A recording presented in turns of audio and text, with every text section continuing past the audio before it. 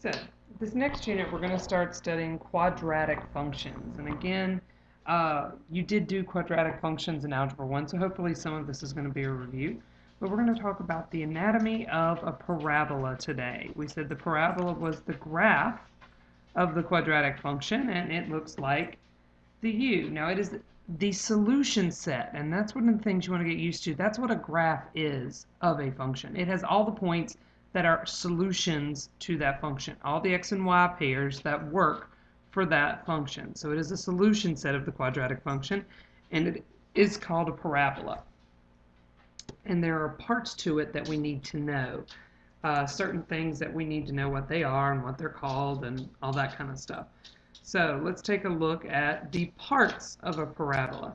So one thing that you do need to know is that the actual curve itself is what is called the parabola. So that is an important part to it.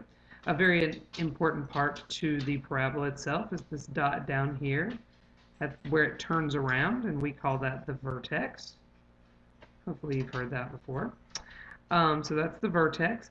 Also, you see this little dashed line kind of down the middle here. We call this the axis of symmetry. And the reason we call it that is, if you notice, it is this like imaginary line. Now, it is not part of the graph.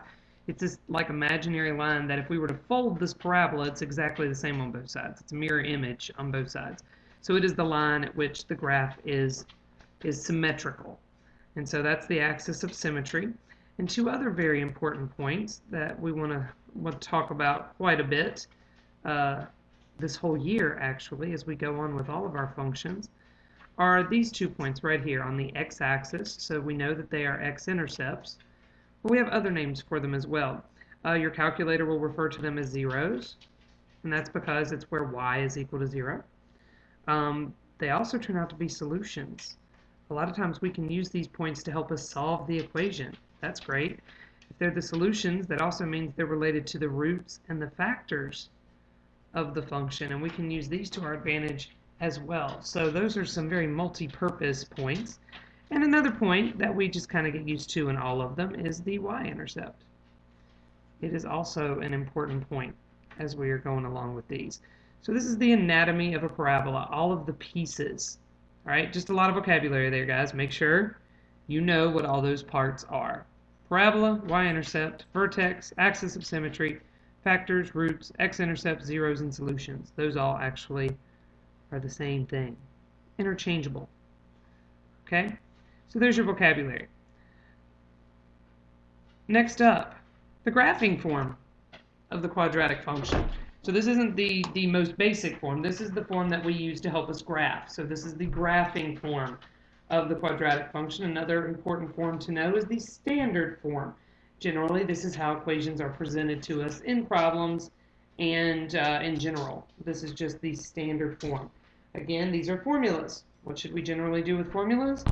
Memorize them. So please make sure that you take time to memorize these, the graphing form and the standard form. Now, the shape of the parabola. We talked about this when we first studied functions.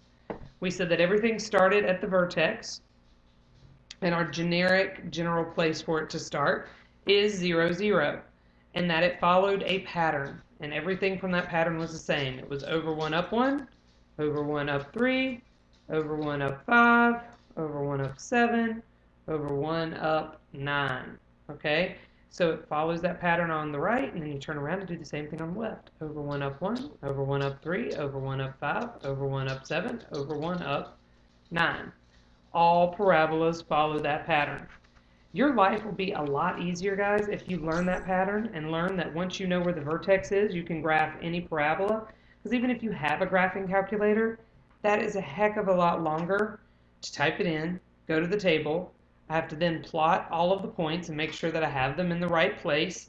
And I have to make sure that I'm getting the right part of the graph from the table, because if I'm just getting the right side of it, it's not going to turn around. And so then I get a picture that doesn't look like a parabola. But if I just learn that if I know where the vertex is, I don't have to know any of the other points. I can just follow the pattern. Over 1 up 1, over 1 up 3, over 1 up 5, over 1 up 7. Over 1 up 1, over 1 up 3, over 1 up 1 up 5, over 1 up 7. I've got a parabola. I didn't have to look for where those exact points were. So this makes graphing a lot easier. The only real math we have to do is to figure out where the vertex is.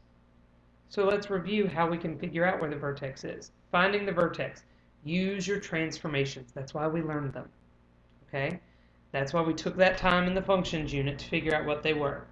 Graphing form is this. The reason this is the graphing form is I've got a number inside. What kind of changes happen inside? Oh yeah, that's left to right. Okay, it's on the outside. What kind of changes happen outside? Oh yeah, that's up and down. So inside is left or right shifts. So that means that that number inside is the x-coordinate of the vertex. But just remember, those transformations inside were always backwards.